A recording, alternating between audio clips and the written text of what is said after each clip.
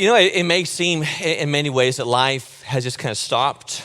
Life has just been put on a permanent pause for right now. So much of what we have planned and what we had purpose for this year seems to just have that big red X, canceled, quarantine. It's just not going to happen. And yet, even though there has been a lot of things that have changed and things that have been canceled, life goes on. Have you noticed that? I mean, there's things that maybe we didn't get to do, vacations that we didn't get to take, maybe in-person meetings that are not taking place, but life has not stopped, even in the midst of COVID, and that's certainly true for our young people. Many of our young people are getting back or have come back this week from camp, and they had a great week.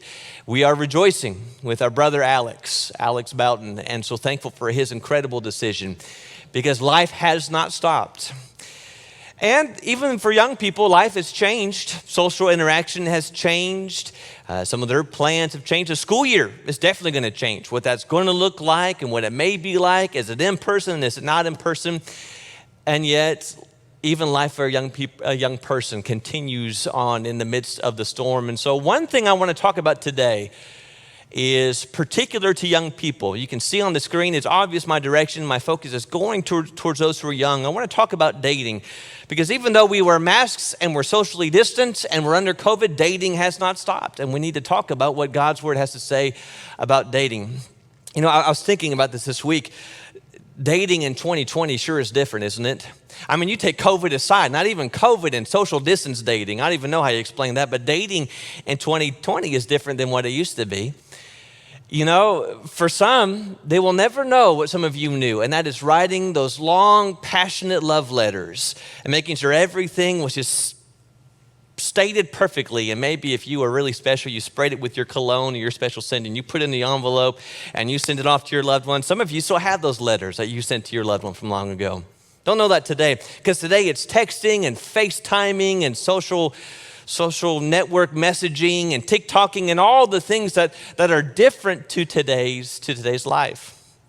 In some ways, we might look at the subject of dating and say, that the challenges that young people face today in dating are no different than when we dated, or our parents or our grandparents. That the challenges of dating today are no different than when we were a young person, and that's true. And yet, I think if we were honest, at the same time, there are some challenges unique to today with the advancements of technology as they are, and with just the ease of accessibility and this immoral world. There are some challenges unique to our times that I think deserve our contemplation. I think when we look at the subject of dating, our knee-jerk reaction is to say, it's not marriage. Marriage is important, and we get that, but this is dating. This is just fun. It's just a fling. It's not really that important. It's not really worth all this talk and this consideration, but I don't think that's the right response we ought to have to the subject. What we do in dating matters because, quite simply, everything we do matters. Everything, whether if it's just for fun or for work or for leisure, everything we do in life matters. I mean, Paul said in the book of 2 Corinthians chapter 5 verse 10 that we will all appear before the judgment seat of Christ, that each one may be recompensed for his deeds in the body according to what he has done, whether good or bad. And so everything that we do, even if we just label it under casual or fun or a fling, everything we do matters. In fact, we might put up here the stern warning from Solomon in the book of Ecclesiastes 11 and verse 9, where he says, "Rejoice, young man, during your childhood, and let your heart be pleasant during the days of your young manhood, and follow the impulses of your heart and the desires of your eyes." He's saying enjoy youth and the time of that life, and all the great opportunities and blessings that it brings. But he puts this caveat at the end, yet know that God will bring you to judgment for all these things. You know what that caveat means? Youth is not an excuse for sin. Youthfulness, that season of your life, or maybe you are a little less immature, maybe you know less than you will later on in your life, just because you are a young person, it's not an excuse for you to disobey God and to disregard his laws. And so the subject of dating matters, and what we do and the dating relationship matters, because everything that we do in life matters to God. And we might say that this is important because the choices we make while dating and in relationships come with some consequences. There are some great consequences. that you can form some strong bonds and relationships with people and form some incredible memories that will stay with you the rest of your life. And as we say it, first comes dating and then comes marriage and then 5, 6, 7 kids later and you realize what yourself got yourself into. But dating is often the first step towards that greater commitment. And so there's the joy of realizing the blessing that God gave us in these special relationships. But there's some also bad consequences. The shame that you can bring upon yourself and your family, and most importantly, God. There are some choices you can make in the dating season of your life, some scars that will stay with you and haunt you the rest of your life. And I think we need to put in there, in the same vein of thought, that in a dating relationship, we are influencing another person, and perhaps that's why this is most important, is that dating is not just you and your God. You are dating a person, and your choice in this relationship will have an influence on this other person, whether for good or for bad. You can either help them draw closer to God, or you can be the very reason that you push them further away. And so we're going back to the book of Judges. Ricky 2 weeks ago took us through the story of Samson on our Wednesday night devotionals, did a great job walking through his story. And I want to come back to it today. I want to come back to the story of Samson and look at some wisdom from God, some guidance from God, from his word about what we can learn about the subject of dating. Now here's the thing. Some of you are looking at me with a certain look right now because I get it. You haven't dated in a while. I mean, you're dating while you're married, but you've not been in this season of life. It's probably been a little bit. TikTok wasn't around when you were dating. Social media and Facebooking wasn't a thing when you were dating. And I get that. I get it. Now, here's the thing. Yes, I'm targeting our young people today. They need to know this. There's some things that our young people need, some lessons just directly for them that they need to hear. That's what this is. Some of you are parents, and you need to be talking about this with your kids because your kids are either in that season or will be in that season soon. Some of you are grandparents, and your grandkids are either in that season or will be in that season soon. And even if you're not a parent or a grandparent, there's going to be a few things in this lesson that will be applicable to you, some principles that apply no matter where you are. And so don't just drive it off. I'm done dating. I'm married. That's a whole other lesson in and of itself. No, just stay with me. We got some things for everybody. Stay with me. What do we need to know about dating? What does God's word have to say about dating? Well, here's number one. The first place we need to begin is honoring God. The greatest decision I can do when it comes to a dating relationship is to make my central choice, my primary focus of honoring God, to take the grand law, the most important rule, to love the Lord your God with all your heart and mind and soul, to love God with all that you are. Now listen, when this is my driving force, when this is my highest priority, some of the big questions that arise with dating, questions like who am I supposed to date? Who are the kind of people I should be looking for in dating? Or what am I supposed to be doing in dating? What am I going to do on those dates? How far is too far? How close is too close? I'm not going to have a problem looking for the answer to those questions when my drive, when my will, when my purpose in life is, as Paul would say, to be pleasing to God in all things. That my highest priority, my number one directive in life is to make sure that God is honored, that God gets the glory. That whatever it is I do, I'm going to do it to the honor and glory of God. 2 Corinthians 5 verse 9 is what I had up there. My ambition, my goal, whether home or absent, I'm pleasing to God. Well, in the book of Judges chapter 13, one thing we see about Samson is that even before he was born, in verse 7 of chapter 13, God had made it clear Samson was going to be different than the average Israelite. Samson was to be set aside in a special condition. He was called a Nazarite. It's Judges chapter 13, verse 7. It says, "Behold, ye shall conceive and bear a son. So then drink no wine or strong drink. Eat nothing unclean. For the child shall be a Nazarite to God from the womb to the day of his death, set apart to God for a special purpose until he dies." Well, that setting apart, that Nazarite, that distinction of his life is further described back in the book of Numbers chapter 6 about what it really entailed to be a Nazarite. All these details about what it meant to be this kind of a person. Just notice a couple of details with me. The Lord spoke to Moses, saying, this is Numbers 6, beginning verse 1, "Speak to the sons of Israel and say to them, when a man or a woman makes a special vow, the vow of a Nazarite to dedicate himself to the Lord." Here we go, ready? the things he drinks. He shall abstain from wine and strong drink. He shall drink no vinegar, whether made from the wine or strong drink. Neither shall he drink any grape juice or eat fresh or dried grapes. So the things he's drink, God has something to say about the things he's going to put in his body. The things he eats, all the days of his separation, he shall eat nothing that is produced by the grapevine, from the seeds even to the skin. And then about what he does with his hair, how he styles his hair. Well, maybe we might just say what he does with his hair. He's not allowed to cut his hair. The things he's allowed to touch and not touch, all that's in the rest of this section. All the days of his vow of his separation, no razor shall pass over his head. He shall be holy until the days are fulfilled for which he separated himself to the Lord. He shall let the locks of his hair on his head grow long. All the days of his separation to the Lord, he shall not go near a dead person. You hear the list of expectations God has for this person. Now here's the point. We might look at this and say, that's a lot of rules for this guy. God had a purpose for these people, whether it was Samson, or if it was Samuel, or whoever else was to fulfill this position. They were set aside from the average Israelite to show or to provide an example to the people of what real holiness looked like. This is a person who is set aside and he follows special rules and regulations, but this is it. When God says be holy, when God says be distinct, look to this man because this is what it's supposed to look like. Well, Samson didn't listen. In fact, in chapter 14, when he's going down the way and he gets hungry, chapter 14, it says in verse 8, after some days he returned to take her, the woman we'll read about in just a moment. He turned aside to see the carcass of a lion, and behold, there was a swarm of bees in the body of the lion and honey. He scraped it out with his hands and went on eating as he went.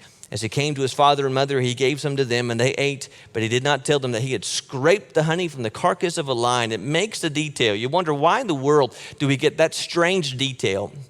Well, because it's clear to God, and it ought to be clear to us, Samson did not care, did not regard, did not even hold up to the standards that God had held him to. Don't touch dead things. Don't touch a dead body. Chapter 16, when he is dating the woman Delilah, after pushed and pushed, he gives away the secret. He gives away the source of his strength with his hair, and she cuts his hair. Here's the point. Samson is the atypical judge. He is sent to defeat the enemy, but rather than defeating the enemy, he befriends the enemy. Rather than delivering Israel, Israel delivers him over to the enemy. Rather than fighting Israel battles, he only fights his own battles when he is moved by jealousy or revenge. He is not the person that God intended him to be. There's a song we sing. I think Samson missed it. He didn't sing these songs when he was an Israelite kid. Some of us sing it when we're in camp. It goes like this. We place you in the highest place, for you are the great high priest. We place you high above all else. You know how Paul would say that? Christ is the head of the body, the church. He is the beginning, the firstborn of the dead, so that he himself might come to have first place in everything. First, what Paul is saying is Christ comes first in everything. And every choice and every relationship, Christ comes first. First before my think so, before my feelings, before my priorities or my opinions. First before the person I am dating and what they think and what they expect and what they want. Christ comes first.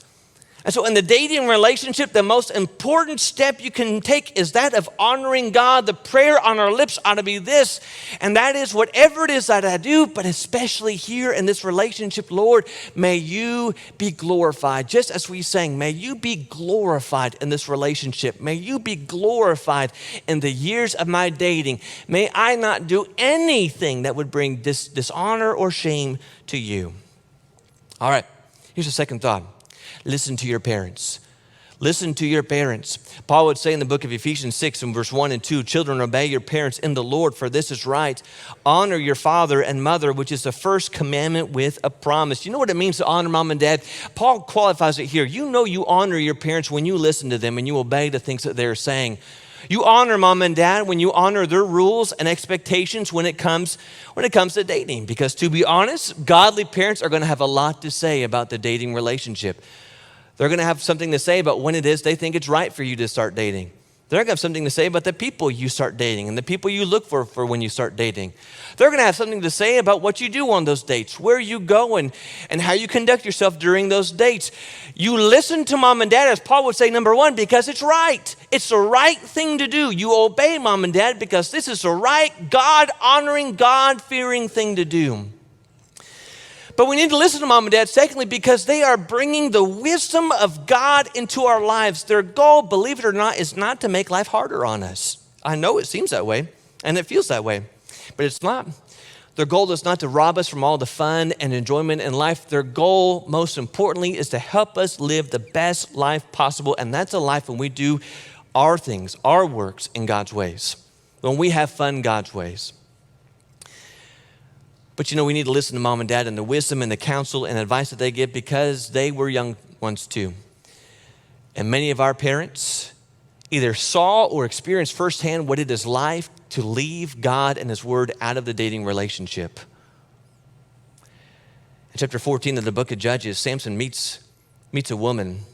It says in verse 2, he came up and told his father and mother, I saw one of the daughters of the Philistine at Timnah. Now get her for me as a wife. But his father and mother said to him, is there not a woman among the daughters of your relatives or among all our people that you must go take a wife from the uncircumcised Philistines? But Samson said to his father, get her for me, for she is right in my eyes. His father and mother did not know that it was from the Lord, for he was seeking an opportunity against the Philistines. At this time, the Philistines ruled over Israel.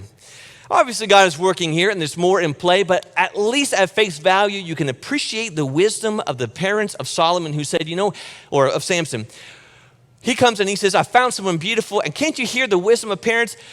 I know she's pretty, son, but can you see beyond the charm? Can you see beyond the beauty? Can you not find someone in all of Israel? Is there not someone in the entire nation of Israel who's beautiful on the inside and on the outside? Someone who knows God and honors God and walks with God. You can appreciate the wisdom of parents who say, you got to be careful who it is that you date and who it is that you spend your time with. The Proverbs would say it this way, a wise son makes his father glad, but a foolish son is grief to his mother. That is the story of Samson. Had he simply listened to his father, yes, I get that God was at work behind all this, but think about this. How different would the story of Samson read if after verse 3, Samson listened to his father and married a nice Israelite woman and defeated the Philistines when God told him to? It would have been a completely different story, wouldn't it? One of the ways that we're going to honor God, one of the ways that we'll make the best of the season of our life is by listening to our parents, honoring mom and dad, honoring their rules and their expectations. Don't try and date without them. Listen to them and listen to their advice. Listen to their counsel. Listen to their rules. Number 3, choose the person that you date wisely. Choose the person that you choose to date wisely. Sometimes we might think, well, this is obviously true when it comes to marriage. Marriage is a huge commitment. It's a great commitment. It's a lifelong commitment. And so the criteria I use when I'm going to get married is of great importance. But this is dating. This is just a fling. It's just for fun. I don't really see why this is such a big deal. Well, I think Samson shows us.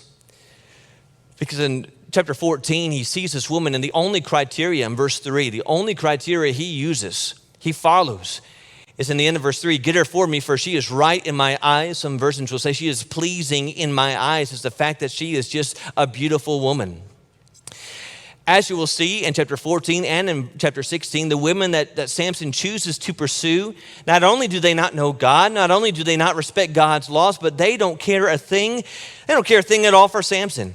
Because in chapter 14, when Samson comes up with this riddle and he tries to trick and deceive the Philistines, verse 17 of chapter 14, it says, she wept before him 7 days that the feast lasted. And on the 7th day, he told her because she pressed him hard. And so she told the riddle to the people. She knew how to get what she wanted. If you really love me, if you really care for me, you're going to tell me the secret. You're going to give me what I want. Chapter 16, Delilah uses that same song. She tries to get the secret of Samson's strength. And so chapter 16 and verse 15, she said to him, how can you say I love you when your heart is not with me? You have mocked me these 3 times. You've not told me where your great strength lies. And when she pressed him hard with her words day after day and urged him, his soul was vexed to death. And he told her all his heart. But you see what she did? if you really love me, if you really cared about me. And oh, she pushed and she pushed and she pushed that same line. You say you love me, but if you really love me. They didn't care about Samson. They didn't care about him all. It's obvious physical attraction is certainly a part and a component to dating and the dating relationship. You are attracted to people and the way that they look and the personalities that they have. But beauty and physical attraction cannot be the only basis by which we choose a date or choose a person to marry. And we know this to be true. That's why we have proverbs like this one. As a ring of gold in a swine's snout, so is a beautiful woman who lacks discretion. But you know, sometimes you read that and it's hard to picture it, so just get it in your mind. Can you get that picture? Can you paste that? Can you cut that out and put that on your wall for a minute for your young people? A ring of gold in a swine's snout. Do you know what that means, what the proverb is saying? That there's a sense of beauty in that picture, but we can't see it. I mean, the ring of gold is beautiful when it's on the right thing, when it's placed on the finger, when it's placed on the ear, when it's placed in a proper setting. But here you have a ring of gold, but you can't see its beauty because it is hidden. It is covered under something so entirely hideous and gross. And that's what Solomon is saying. That's what the wisdom is showing us. Is that the person who may be beautiful or handsome or well-built and trim on the outside, but lacks any sound judgment, any discretion, any wisdom about how they live, they look a lot like this pig with a ring of nose in its mouth. That beauty is far gone when you see the ugliness of their heart. But you contrast that. Compare it, if you will, with Proverbs 31 and verse 30. Charm is deceitful and beauty is vain, but a woman who fears the Lord, she shall be praised. You compare the two of a woman whose aim and ambition is not vain things, and her beauty is not merely what's external, that which in time will fade. It's not saying that the Proverbs 31 woman is not beautiful. It's saying that she has a greater beauty than simply her flesh. Her beauty is her heart, a heart that loves the Lord, a heart that makes right choices, a heart that cares for those in her life. The people you choose to date and ultimately choose to marry is of utmost importance, because the people we choose to date will have a profound influence in our life, period. They will. You know, we used to say, if you're going to date someone, especially if you're going to marry someone, you need to marry a Christian, but I don't think that's the right wording, marry a Christian. You know why? Because I have to admit to you, I perform weddings. I've officiated, maybe that's the right word. I've officiated weddings of Christians. People who were baptized, people who had attended a church service. But by the way they lived, by the sincerity of their faith in their heart, you couldn't tell that they were a Christian from a person in the world. And the marriage fell apart. So Christian isn't the right quality. Christian isn't perhaps the right label. Perhaps the thing we ought to say is, does this person have a heart for God? Do they have a heart for God? And even in a dating relationship, so maybe they've not been baptized in the blood of Jesus. Do they at least care about God? Is it their goal and their desire to please God above all things?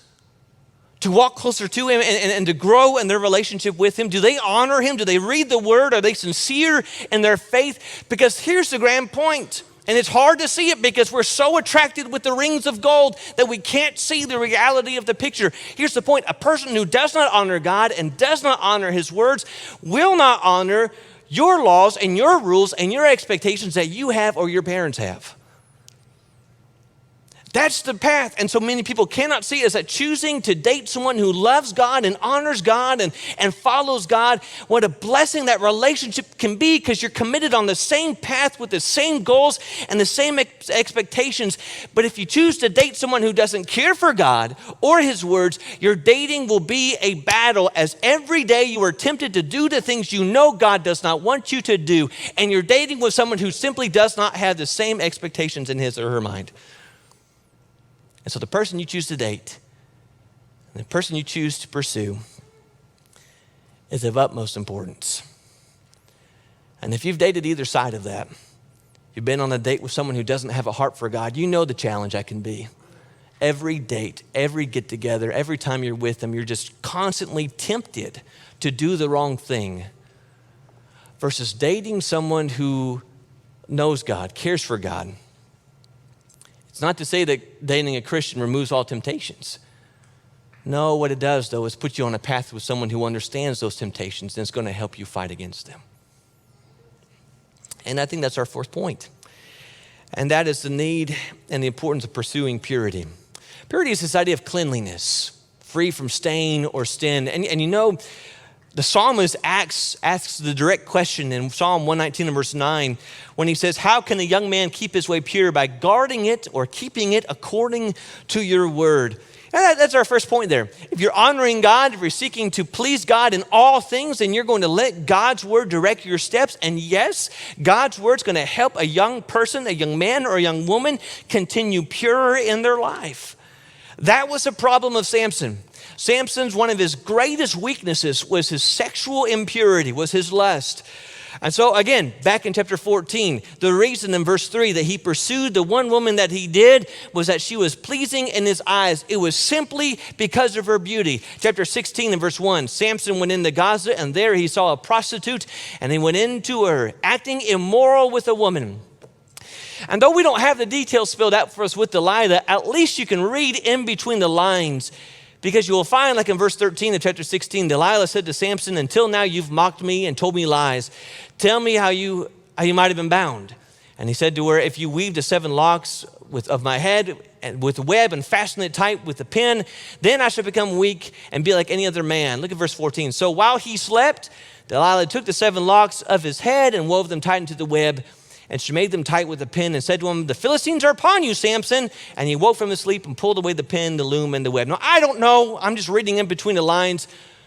But they're there together before he fell asleep, and then they're there when he fell asleep. And that happens a lot through this context. At least perhaps in between the line, their relationship is not what it ought to have been.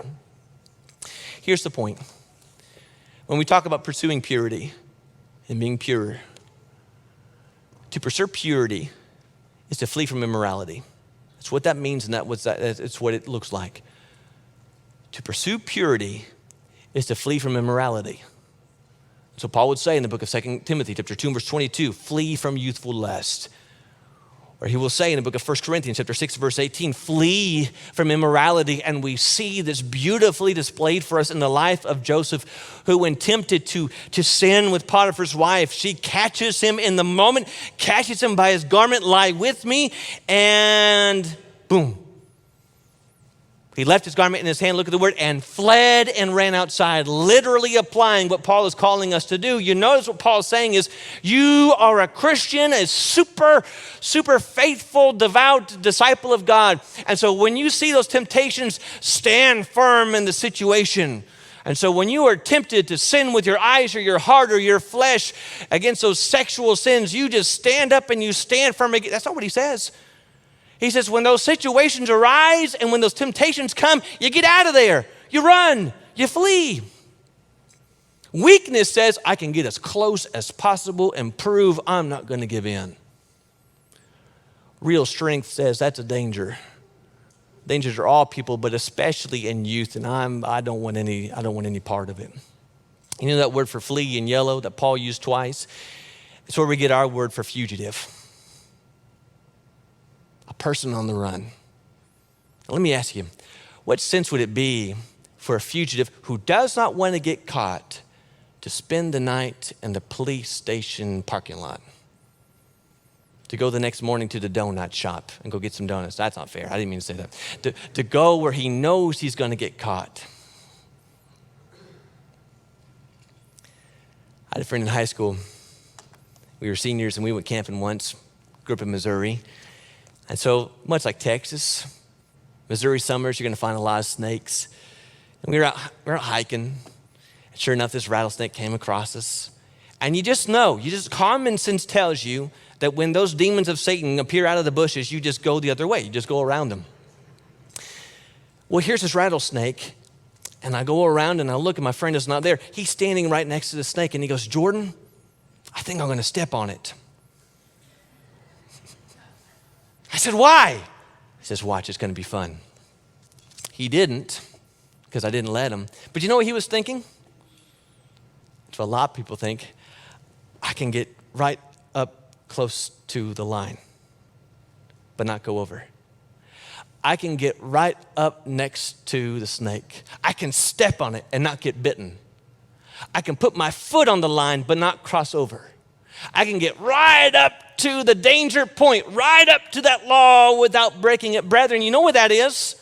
Because we see it, because we've been there, those who have lived it. One, it's not honoring God in His law when He says stay away from it. But secondly, it's not recognizing the danger that you were facing. Because you know what would happen to him? He'd step, he'd get bitten, and then he'd die, and I'd bury him there and do a nice funeral for him. That's what would happen. But we don't see that. We say, I can get as close as possible to this sin. And so, no, maybe I'm not going all the way, but I can sure get close and not go over and not cross the line. Look at the language again Paul says in 2 Timothy. Look what he's calling us to in 1 Corinthians.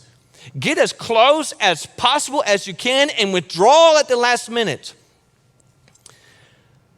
To pursue purity is to flee from immorality. In a dating relationship, it looks like this in Ephesians 5 verse 3. Look what he says. Among you, there must not be even a hint of sexual immorality or of any kind of impurity or of greed. Why?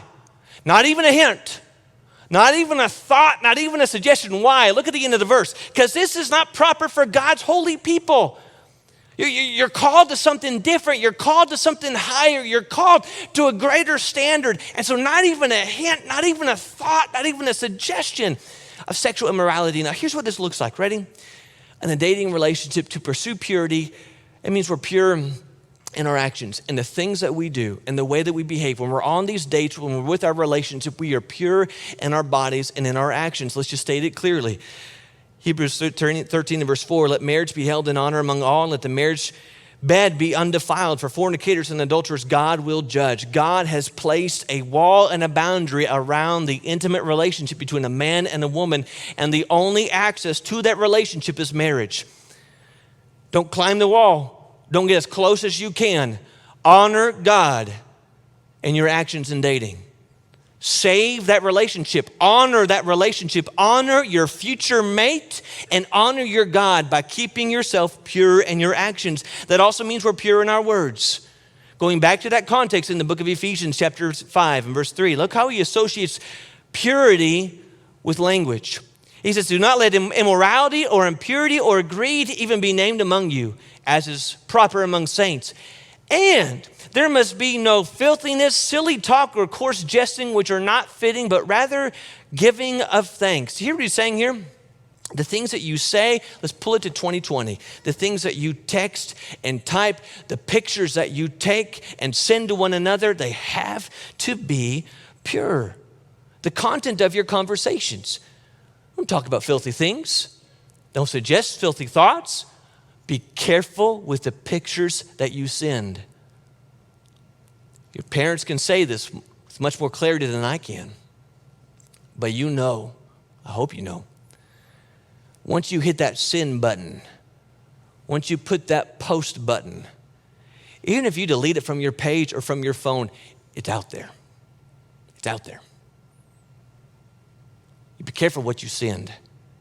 You be careful what you post, and make sure that the things that you are saying and talking about and sending are proper for God's holy people, not full, look at the language, of filth, not full of immoral thoughts or content. And really this all stems back to our hearts and to our minds. Because the things that we say and the things that we do, brethren, they flow out of our hearts. They come from within. That's what Jesus would say in Matthew 15, verse 19. For out of the heart come evil thoughts, murders, adulteries, fornications, thefts, false witnesses, slanders. It all comes out of our hearts. It comes out of the things that we think. That's the point. If we're putting filth in, filth is going to come out. If we're putting trash in, what do we expect to come out in the things that we're saying and the things that we're doing? And so as Proverbs 4:23 reminds us, watch over your heart with all diligence, for from it flows the springs of life. If you are filling your heart and your mind with the content of this world, filthy music immoral movies, things that are filthy in their nature. If I'm filling my heart and my mind with trash, what am I expecting to come out in the things that I do and the things that I speak? Again, Philippians 4 and verse 8. When Paul talks about the things you're going to think about, in that list is whatever is pure. Now, mom and dad, let me come to you for a minute. A lot of this comes back to us. I would imagine if we had someone ring our doorbell this afternoon and said, "Good afternoon, sir. I would like to teach your children about all the worldliness things that I know about sexual relationships, about dating, how I think it ought to be. I want to teach them all the dirty words I know in the book." You know what would happen? Karate chop throats to the throat and kick him out the door. It would not happen. He would not get in. And yet when we give our children complete, full, unrestrained access to a smartphone or to an internet, we have given them far worse. Far worse. We say, well, my kid's a good kid. My kid's a good boy. And she's a good girl. They wouldn't go looking for those things. And they often don't. They don't. No, they stumble upon it. Because the internet and social media is a dangerous place when they're not taught how to wisely navigate it. Filters and blockers are a must in 2020. Guided access is a must in 2020. Looking at your teenager's phone about who they are texting and what they are texting, who they are messaging, seeing all of that is a must in 2020. You are not their friend and you are not being a good parent if you give them complete access to a smartphone without any guidance or any help. Purity begins from within. And if we expect our children to be pure and to do pure things and to say pure words, it's going to be by protecting those hearts and teaching them how to have pure hearts. You know, I'll circle back to this from 1 Timothy chapter 4 and verse 12. To say that young people are young and they're going to make mistakes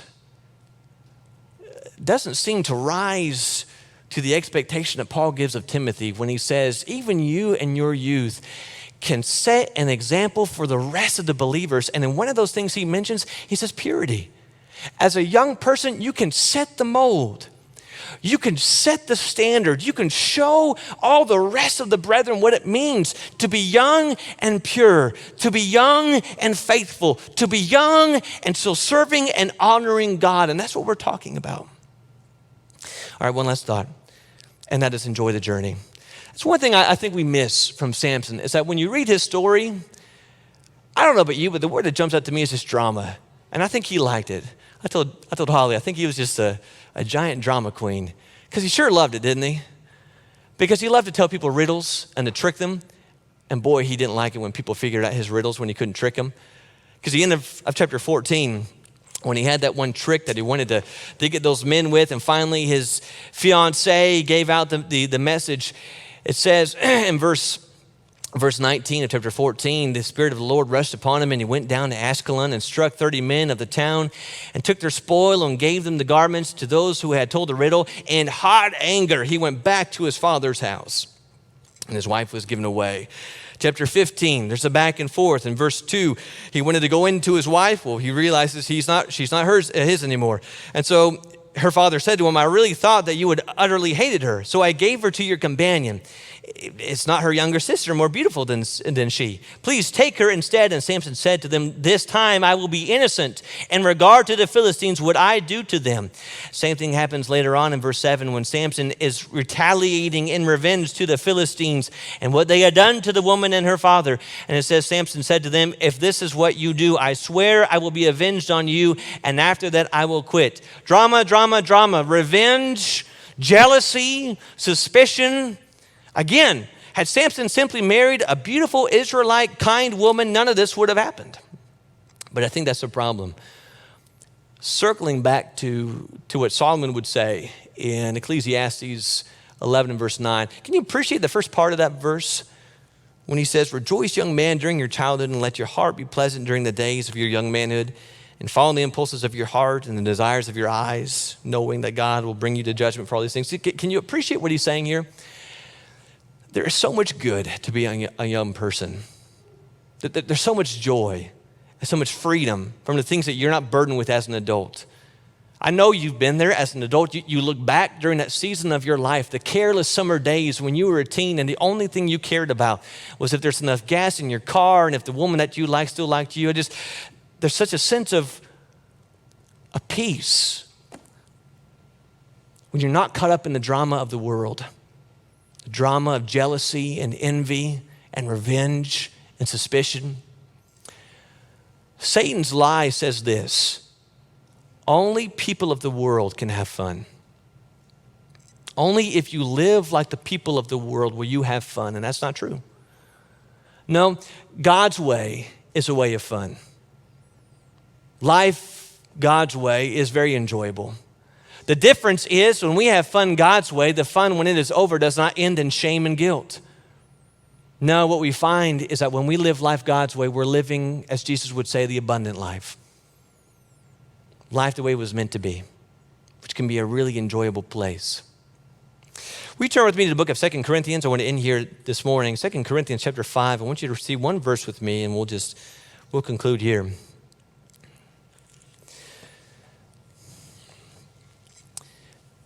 2 Corinthians chapter 5, Paul writes in verse 14, he says, "For the love of Christ controls us, because we have concluded this, that one has died for all, therefore all have died.